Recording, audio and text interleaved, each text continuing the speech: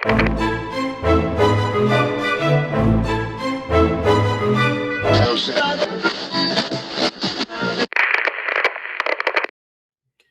guys, welcome back to the lab. We're here with some more exclusive content. We're joined today by Marc, aka Cheats. Marc, how you doing today? What's good, Leon, man? How are you? It's a pleasure to be here, my man. I'm doing good. We're just living life. I'm really excited to get you here in the lab to kind of talk about your story a little bit and get to know you, and then hopefully create some magic. Absolutely. No, I'm glad to be here, man. I see you're rocking the White Sox. Yes, White sir. Sox today, and on the field it's a little bit of a struggle, but hopefully things are looking up on the South Side. Yeah, yeah. That's baseball wise, that's a terrible story. But yeah, we'll move on to cooler stuff. So, I was introduced to you a couple years ago.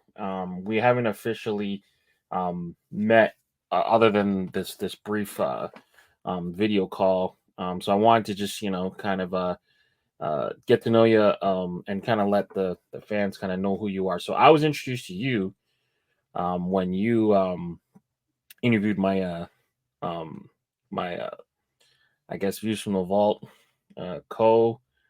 I don't know what we call each other. I guess Colleague, the colleague. Yeah, yeah. host. Jason Mead, the hat Yeah, crawler. You interviewed yeah. Jason in your other on your other platform. You've ended up starting another one. So let's kind of break it down. So you've been doing content creation for a long time. Kind of how did you get started with that? Yeah, man. I mean, I started as a hip hop writer. So Okay. that's how it originally started for me. I was a freelance hip hop writer. I live in Richmond, Virginia, born and raised in Richmond, Virginia. And I was just writing about hip hop and culture. And the cool part about that was fashion played such a big part in that. I've always been a baseball fan, lifelong baseball fan. But when you're writing about hip hop and culture, then you branch into sneakers, then you branch into hats, and you branch into all kinds of cool things. And I ran across all the stuff that you guys were doing, like you said, I want to say kind of near the beginning when Views of the Vault first broke. Um, the stuff that you were talking about and designing, and the groups that was kind of forming through social media. And for me, as a hip hop older hip hop guy, it felt like something was happening. It felt like you're going back to the blog era, if you will, of hip hop, and in the early days of like Nike Talk, and like people were really talking about hats and getting into kind of how things are really made and broken down. And you guys were doing, it's still to this day still does such a great job of talking about kind of what's released and what's it look like. And there was nothing real superficial about it. So I reached out to Jason because I was a big fan of Hat Crawler, and kind of I learned so much, not just what hats look like, but where to find them. There was another thing about we didn't know where to find some of this stuff. And I had a great conversation with him, and just kind of learned about what he was doing with Hat Crawler, and then in turn became a big follower of your designs. And I've got several Leon in the Lab hats, several. Appreciate you. Yeah. And it was just awesome, man. It was just awesome to see what you guys were doing.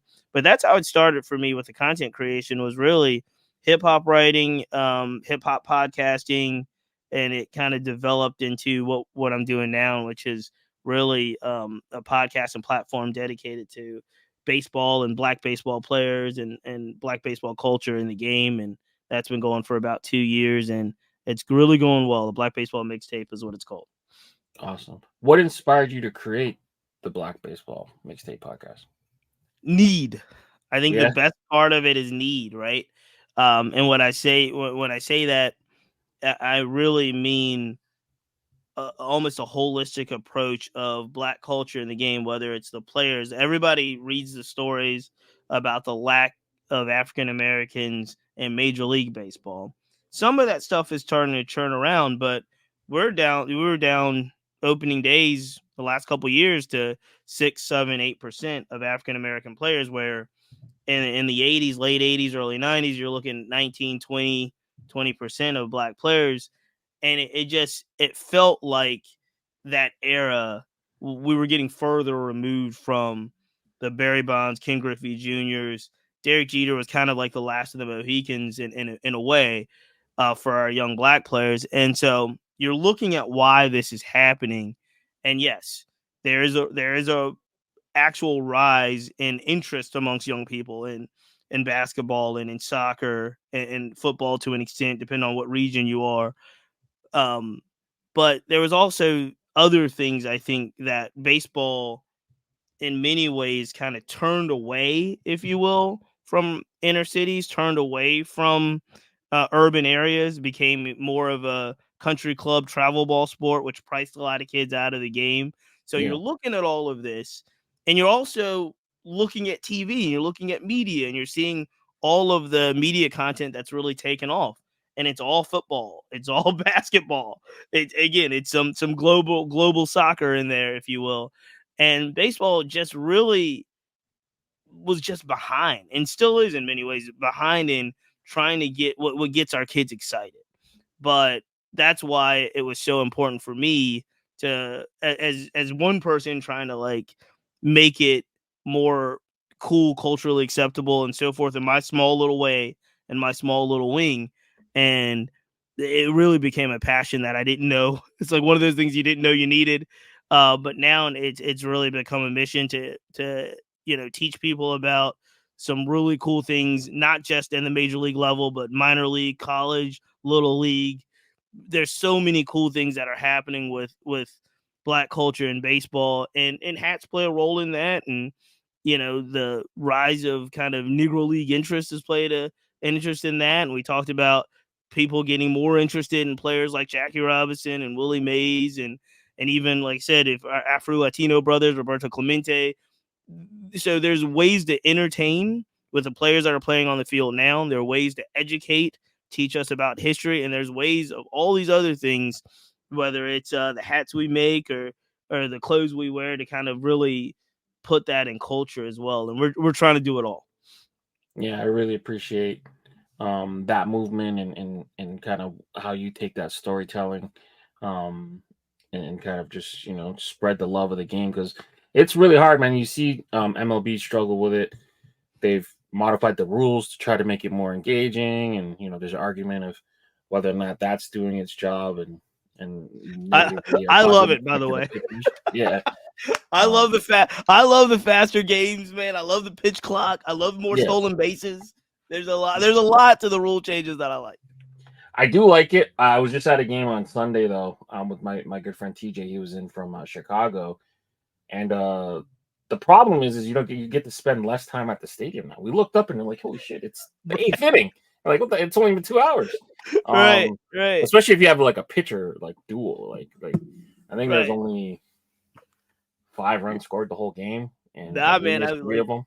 So nah, it's quick, man. Some of those I know bar sales are still. They were talking about that last season where it was like, if you go last call in the eighth inning, you only might get, well, you better get two at the time. You might not get that yeah, second trip off. yeah. Um, can you share a bit of history and kind of what you think the significance of Black baseball in America? Um, and kind of the importance of kind of just extending that and spreading it to the next generation. Yeah, no, absolutely, man. Because I think, and this is not my quote per se, because I steal this, I'm biting this, if you will, from Bob Kendrick, who runs the Negro League Museum out in Mhm. Kansas City. He's a great, great man. Yeah, But he really believes, and I believe also, that Jackie Robinson breaking the color barrier in 1947 was really the first silo, if you will, into American civil rights in regards to the civil rights movement. It was like the first step in the civil rights movement, because when you really look at it, the Montgomery bus boycotts didn't happen until the 50s. The Voting Rights Act, Civil Rights Act didn't happen until the 60s. Jackie is breaking the color barrier in 1947.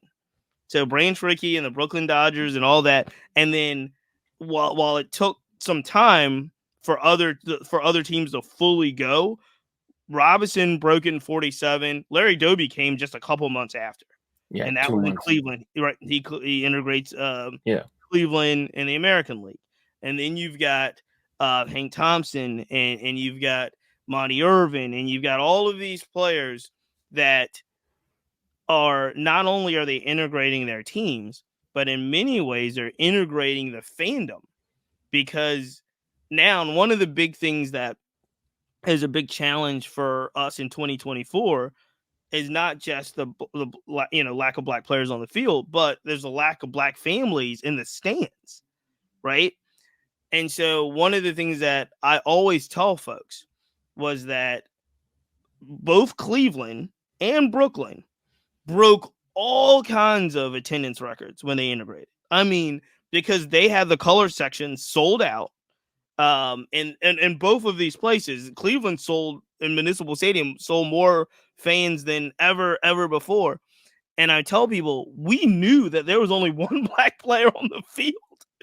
And so I say that to say you might have 2 or 3 in Pittsburgh or 4 in Washington, and you're telling me that's not enough for you to go to the game. When Jackie was out there by himself, we flooded the game. So I really think that as kind of baseball went in many ways, progress in America went in a lot of ways historically. Yeah. And, you know, that I think people overlook in a way, but I don't think if it wasn't for Jackie doing what he did and the players that followed Jackie, because you got to remember, of like, I looked at this at one point, but I was like, of the 15 players that integrated, I want to say like 13 of them are in the Hall of Fame, or at least 12 of them. Yeah. And what that did is, for lack of a better term, by those players performing and playing so well, we're talking Don Newcomb, we're talking Monty Irvin, it just made America be a little bit more accepting. Yeah. Especially in places where they weren't accepting before. Now and again, there wasn't a lot of teams in the South. There's a lot, but the plight of the Black American baseball player and the impact that it had on American society cannot be overstated, because baseball was the biggest sport in the country, and it gave a platform and an outlet for our community in many ways to be accepted and cheered for. And it was just one thing. Now, hindsight's 2020. There'll be people that will tell you today that integration not only destroyed the Negro Leagues, but destroyed a lot of, kind of other things that were black owned. Because as soon as you we didn't necessarily integrate into a fair system, if that makes sense. Yeah. But, again, hindsight is what it is. Everybody at the time was very, very excited about the progress that Larry Doby, Jackie Robinson, Hank Thompson, Monty, or those early players were making. And one of the funniest stories, I don't think this is exactly to your point, but one of the funniest stories about integration, and I love this story, I tell it all the time. Jackie played for the Kansas City Monarchs. Branch Rickey from the Brooklyn Dodgers took Jackie in the middle of the night, stole him, didn't pay any compensation to the Monarchs, just basically said, get on a bus, we're going to sign you in Brooklyn, you're going to be in our system, and you're going to play for the Dodgers. Well, they wanted other players. There were other players. Jackie Robinson was very well documented, not the best player in the Negro Leagues at the time. Yeah. They really wanted a Monty Irvin from the New York Eagles. And Effie Manley was the owner of the team. And she was like, you've got to compensate me. You're not just giving up my best player for you to sign him without any compensation. So the reason, believe it or not, they were able to take Jackie in the middle of the night and put him in Brooklyn is because the Kansas City Monarchs is owned by a white guy. Did you know this? I did not know. So the Negro League Kansas City Monarchs, the famed Satchel Paige, Jackie Robinson, was owned by a white guy, Wilkerson. And Wilkerson was like making money, so much money off the Monarchs that he was like, yo, I can't be the white guy that says Jackie can't integrate. Like, I just can't do it. They would boycott me. They would boo, because everybody wanted integration. So he was like, so he basically had to let Jackie go for free and couldn't say anything about it. Couldn't say any disparaging thing about it because he didn't want to lose his black audience. But Ricky kind of knew that. but they couldn't have done that to a black owner. That's interesting. That's crazy. That's crazy. There's a lot of talk too. Yeah, like you mentioned that he wasn't the best player, but he was the best player for the role because of college education, military. Like he had the guy that did it had to not react to some of the disgusting things that happened to him later. And Jackie went to UCLA. He was used to being around people that obviously white people and people that didn't look like him, and he kind of yep. No, there's a lot of that, but I don't know if that answers your question exactly, but no, it does. It does. And you bring up Larry Doby too, and I think that's one of the unfortunate things in history where he doesn't get celebrated nearly enough. Not to say one gets celebrate too much. I'm not suggesting that. I'm just saying, in the same way we honor Jackie and Roberto Clemente, I feel like some of that shine. Yeah, I mean, hey, look, I do think there's a distinct honor for being first. Yep. And Jackie was first. I think now in time, the sad part is that Larry Doby did pass before some of I think he won the Congressional Medal of Honor. I think he might be the one of him, Jackie, and Roberto might be the only 3 black players to ever win that honor.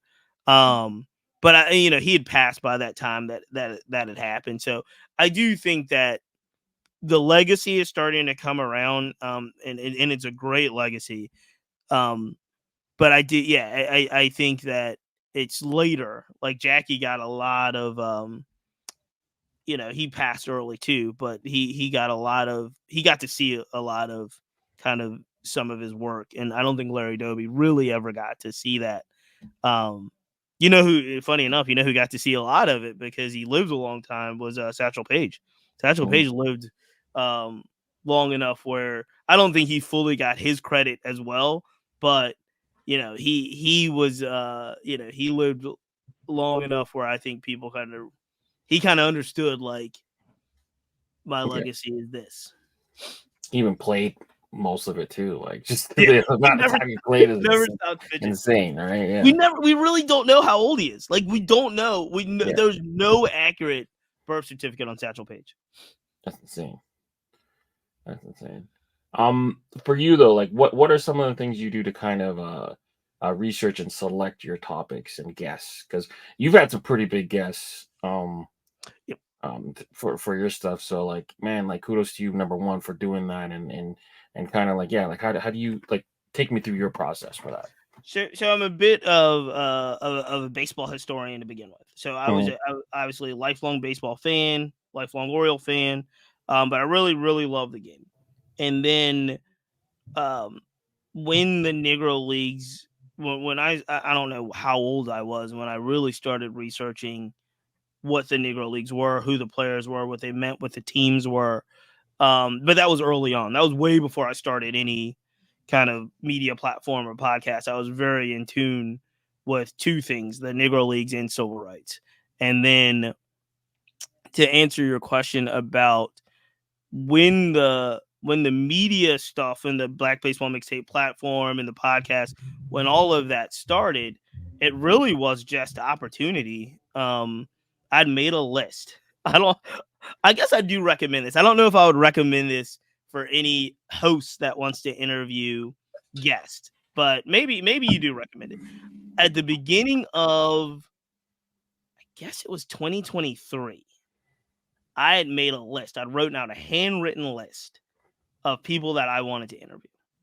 I didn't know half of them. I didn't know over half of them. I probably knew I don't know any of them, honestly.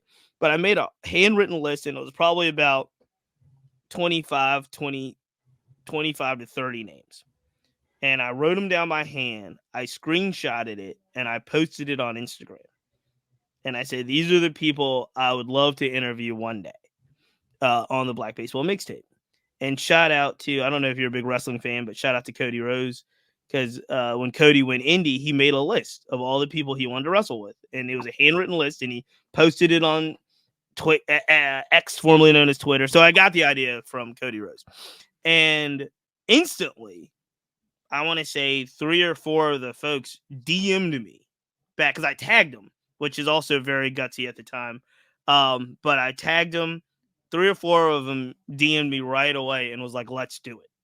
Like, Wow. let's come. I'd love to come on and talk to you and tell my story. Blah blah blah.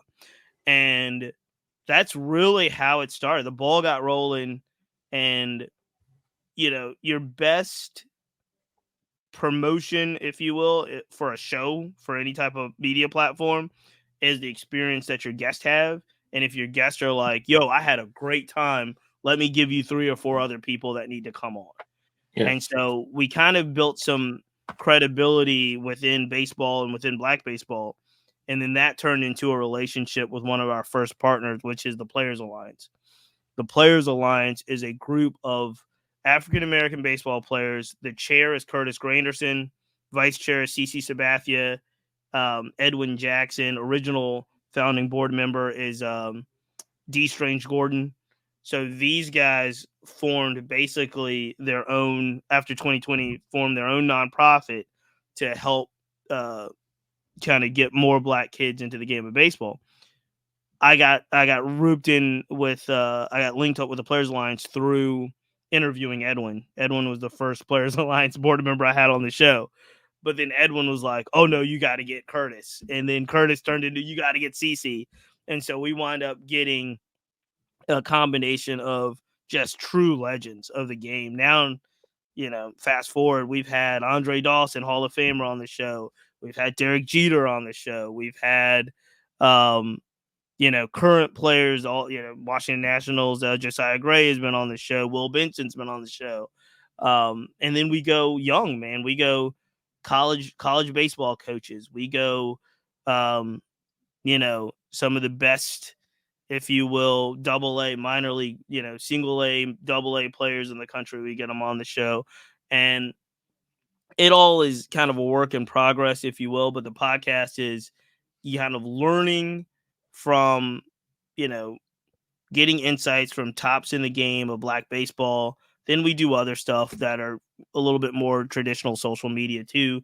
We watch the playoffs live with our community. So we've got a free Discord group chat that has community members in it talking baseball every day. We're doing meetups now. So it's all of that, but it really just stems from a passion of, wanting to see more Black culture in the game and wanting to see it taught, right? Like, a lot of folks don't know, if you're a White Sox fan, up until last week, you didn't have a Black player on your team. They signed Yeah. Tommy Pham as a Yeah. free agent. And so, people need to know that Tommy Pham is like the only Black guy on the team, and this is why maybe you should root for him, or he played in the World Series last year. So that passion is really kind of grown, and I light up, Leon. I light up when I feel like we're teaching people something, or kind of highlighting something cool that somebody didn't know, and I light up when we start to see some of the players kind of really like the platform. It's not a tabloid. It's not a gotcha. It's not hardcore journalism. But what it is, it's just like a place where people can come and feel real comfortable and be themselves and talk about the game of baseball.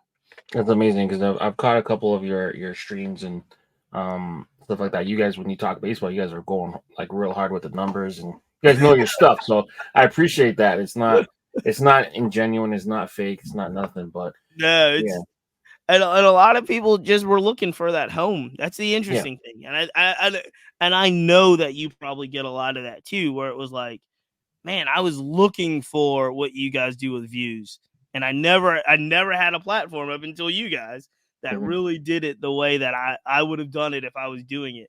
And like, that's how I feel when I watch y'all show. I was like, man, if I was gonna do a show, I'd want it to be that. Yeah. And so when I get that, when people talk about baseball, I light up, man. I get excited about it. That's amazing. Yeah, I mean, like, to be honest, like, there was never um it was such a niche that, like, like no one was doing lives like that. No one was talking about hats like that. So for us, it was just natural because there's an extension, pretty much, of a group chat. Um, it was 4 members: TJ, Pierre, and our good friend Chris from LA. but TJ and Chris don't like the camera, so it ended up just being me and Pierre taking it to camera. But it's essentially that, like, we just talk cats all day long. We're crazy like that. But um, but yeah, also cool shout out to Edvin Jackson. I mean, this guy's like, if you're watching the show, he's probably played for your team. Immaculate Right? God. Probably has. I think it's a record high 16. Yeah, yeah. But yeah, that's awesome. In your opinion, though, what are some of the big challenges kind of facing Black baseball now? Whether you're talking about the community or even just the players. So twofold. I think some of the challenge with the players currently playing in the game, and it's getting a lot better, is that baseball did not allow them to be themselves in many ways. Up until probably just like the last 2 years, you start to see more, not just the Black players, but like all players. Like young white players have swag too, you know what I mean? Yeah. And they're not allowed to really like be themselves, express themselves, show emotion, because they were so worried that it was like, oh, I'm showing somebody up, or it's like all of the baseball kind of professional, act like you've been there before type stuff. Yeah. Well, if you noticed in other sports, and I always point to football, basketball, and soccer, because don't sleep on soccer. Like soccer's got a lot of swag, a lot of flair, a lot of individuality, right? They kind of just allowed these players to be themselves in these sports, and they start to get their identities. They start to get fans. You know what I mean? And so you're starting to see that now. And you're starting to see it a lot with a lot of Latino players like Ronald Acuna Jr., Julio Rodriguez, Fernando Tatis, Vlad Guerrero. You see them, like you see the cleats they have, right? You see the way that they're rocking, like, and that's what brings young fans to the game. So 100%. the biggest challenge on the field is letting the young boys cook, basically. Let Jazz be Jazz, let Tim Anderson be Tim Anderson, let those guys cook. So they're doing a little bit more of that. So I think that helps because that brings fans in. On the kind of youth, the pipeline side, if you will, the pipeline side is much harder because it has really become a travel ball showcase sport. And that's disappointing because, your youth baseball is not the same, because if you get to a certain age, they're probably going to try to get you to go to travel ball. High school baseball is not the same because now and again, if you get to a certain age, the scouts are only going to certain places. Scouting, I hate to say it this way, even though the access has become more because you can see more things through the internet and through like digital and so forth, scouting in many ways has gotten a lot lazier. They don't go to, if you're in Canada, they don't go a lot of times to the Midwest or the Northeast. They're like a lot of the cold weather kind of places. You got to either go down south on a showcase camp or something like that to even be noticed. So I think there's a pipeline problem with a lot of our kids. I think there's a pricing problem with a lot of our kids. And I think community organizations, along with Major League Baseball, along with the Players Alliance, I think all of these guys are working very hard right now to present more opportunities to get more people developed into camps. There's a wonderful organization called Minority Baseball and Prospects, Minority Baseball, Minority Softball Prospects. They kind of do the scouting and identifying and host camps for college scouts to see all over the country. It's changing. I think we're starting to see it change, but I think for so long there was either a lack of a plan or a bad plan while the game kind of went away from urban areas, industrial, and not just urban. I think people kind of use that as a scapegoat, right?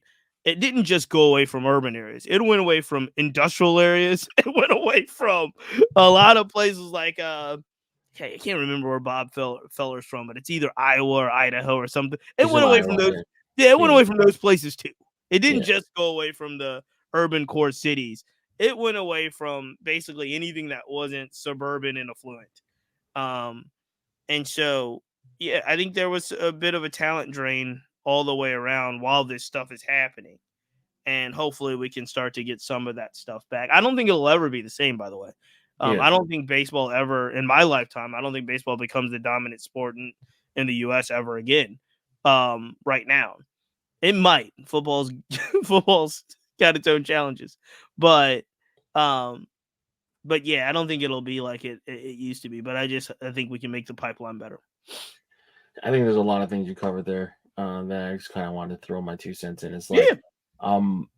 For sure, it's become an elite sport in terms of like the cost is just insane. Like it used to be, you could just play it outside for free, but like if you want to do it on a professional level, like you said, you got to do the travel stuff. So like I'm from Toronto, Ontario, Canada.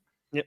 If you want to be good, like there's just so little time for you to play it actually outside because of just the seasons. So they'll spend the winters, traveling to Georgia, Florida, wherever, but the cost is insane. Yep. It's just so high. And you touch on it. We were talking a lot about the Negro Leagues as well. And we also have to understand that it's not just black players went down, right? Mm. So if you're talking about that percentage of 20% or so in the mid late 80s, early 90s, it wasn't just that black players went down. What also happened was Latino players went up, Asian players went up, all of these things, and what we have to understand is, again, this all goes back a little bit to what we were talking about earlier, kind of the unintended consequences of integration, right? So what happens is when we were talking about those early days, Jackie just gets plucked from the Kansas City Monarchs, or Monty or Larry Doby gets plucked, right, and gets put in. Well, after all of this settles, basically the black American player today is in the exact same system as the white American player. That's fine. Call that what it is. But what you have with international signees is a different system, much more kin to what the Negro leagues used to be. And even much so on steroids. And what I mean by that is, during the days of the Negro Leagues, Major League Baseball wasn't paying for the Negro Leagues to be developed, right? There was no Negro League Baseball Academy. No, they just picked the best players. Every MLB team has an academy now. In in the Dominican, in Venezuela, and so forth. They pay money to identify kids and sign them at 17, 18 years old out of a system that is completely separate from the American draft system, right? So they're cheaper in many ways. Yep. They just have a different so that part is also very interesting about, like, the pool is different. So now what are you going to do? Are you going to take, the kid that gets personal training every day, that played on the travel ball circuit and gets tons of reps? Or are you going to take, like, maybe a guy that has raw talent, you know what I mean, but hasn't had any of those other kind of factors that go into their benefit? Well, no, you're going to take the more well-developed player. And that oftentimes boxes a lot of black youth out in certain ways. So there's so many layers to it, but I'm glad you brought that up, because the international signee in the academy system and so forth is something that, one, could never be done here in the United States, because it just wouldn't work. Like, even if the closest thing you do have it to an extent. The closest thing you have is when you look at these like IMG academies, right, in Florida. And it's like, yeah, they go to school, but they're really like professional sports players, right? Yeah. But yeah, those are all big factors in this. Yeah, yeah. And the stuff you talked about, like the players and stuff like that, like, yeah, you see it kind of them releasing the grip on the stuff. Like, I mean, like a couple years ago, bat flipping wasn't even a thing, and like now you can do it, and the cleats, and then and just the individual swagger. I think like what baseball kind of and just inherently different as a sport compared to other sports is, like, in basketball, your best player can take 80% of the shots or touches the ball with a higher usage rate in baseball. You can't let Mike Trout bat 5 times in a row. Nope. I mean, you can't even really let him bat 5 games in a row because he usually gets injured. I mean, he just tore his ACL. So get better Trout. Get well soon. No. But you know what I mean though. Like it's Yeah. more like team above everything, and like the Angels had like 2 of the most electric players in our generation. Yep. And they On the haven't won same a team. single. Yeah, and haven't won a single playoff series with them. So I think like the MLB doesn't do a good job of kind of helping their stars, I guess. But that might be a product of just the sport itself. I don't know, but it is That's weird though. interesting. I agree with you. I think that's an interesting thing, and I think it might be still tied. Believe it or not, well, work with me here. Mhm. I think it still may be tied a little bit to the steroid era. Okay. Because if you go back to the steroid era, fair or unfair, you really had stars. That was the last time, like I said, outside of Derek Jeter in many ways, because Jeter was in New York, he won championships. It's kind of an anomaly. But, the Bonds, Griffey, Frank Thomas, McGuire, Sammy Sosa, they put a lot of investment into building, kind of those guys up as stars, and even maybe even to A-Rod. And the steroid thing just wiped a lot of them out. Not all of them, obviously, but a lot of them out to the point where I think it was hard to kind of build up star baseball stars after that, right?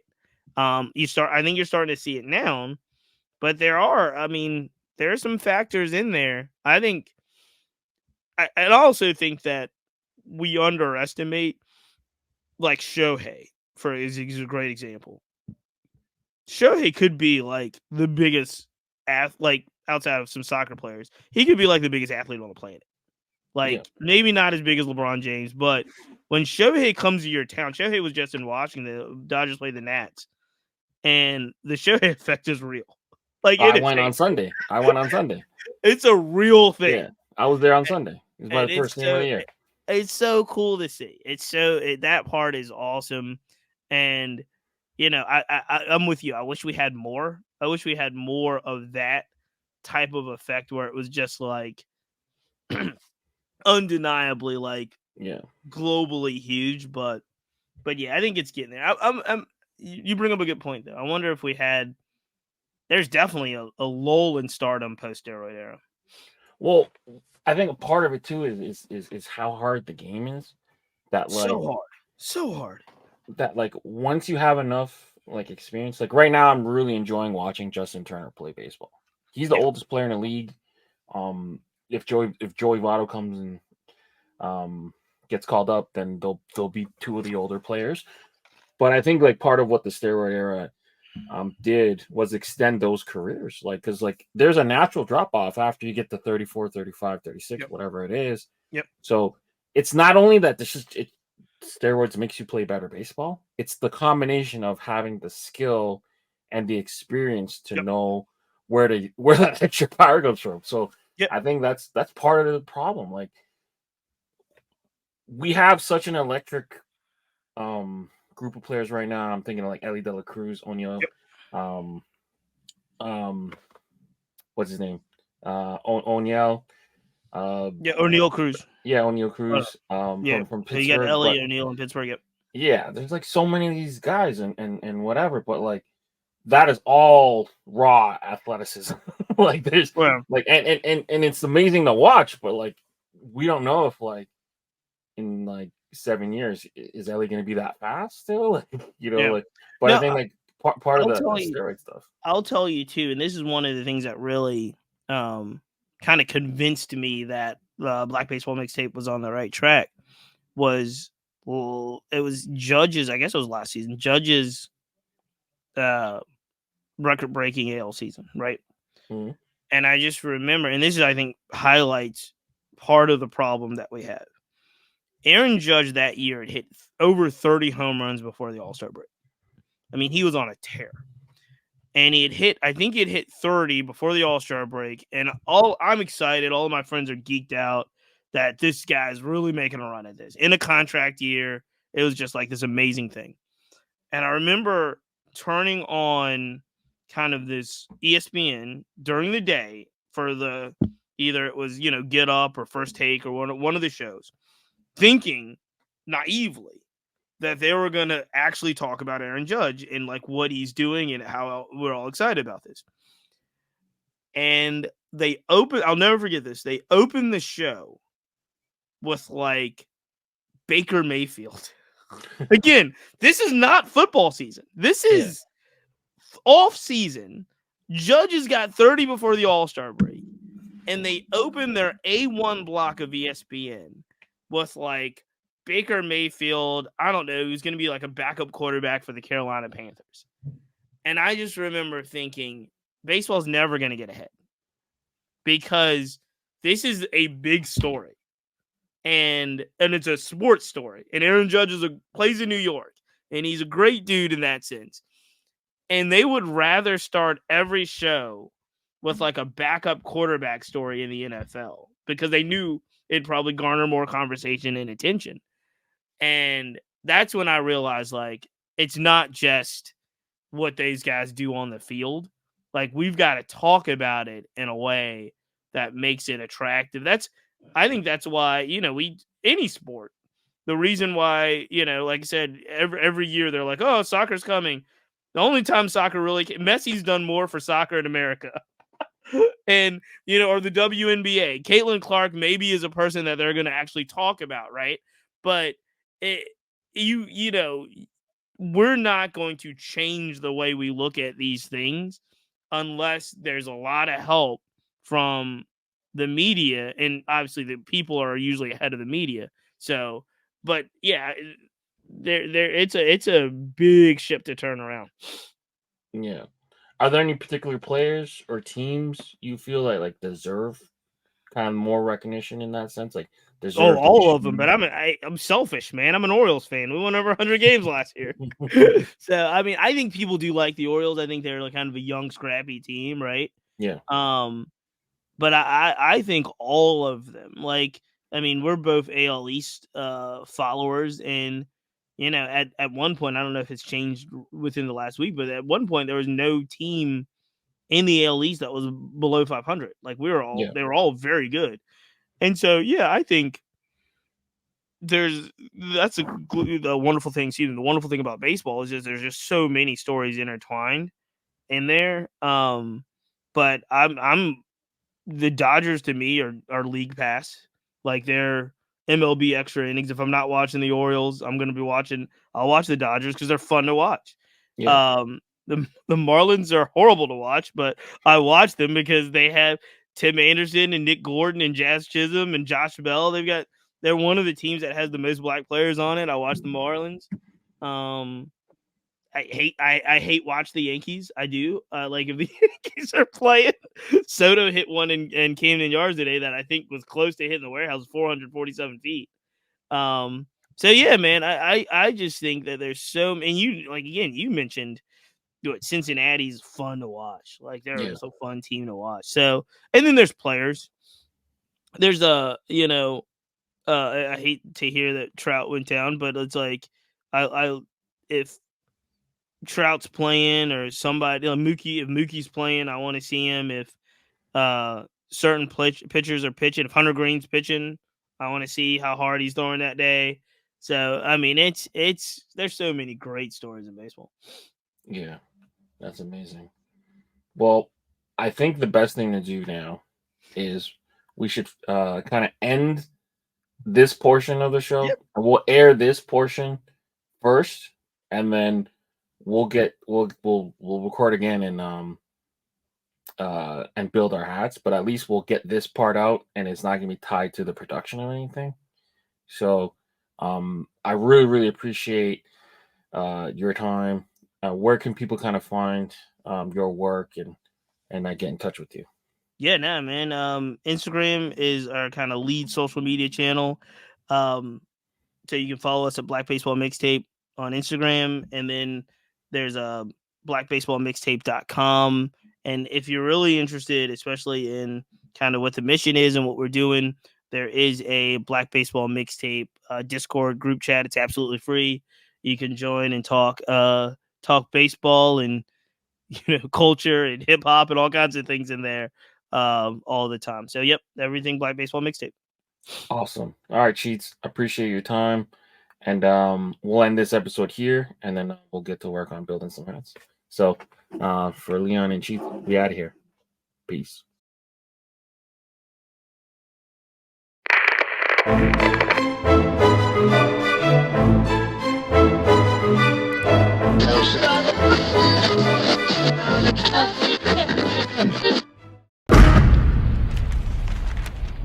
Brought to you by VFTV.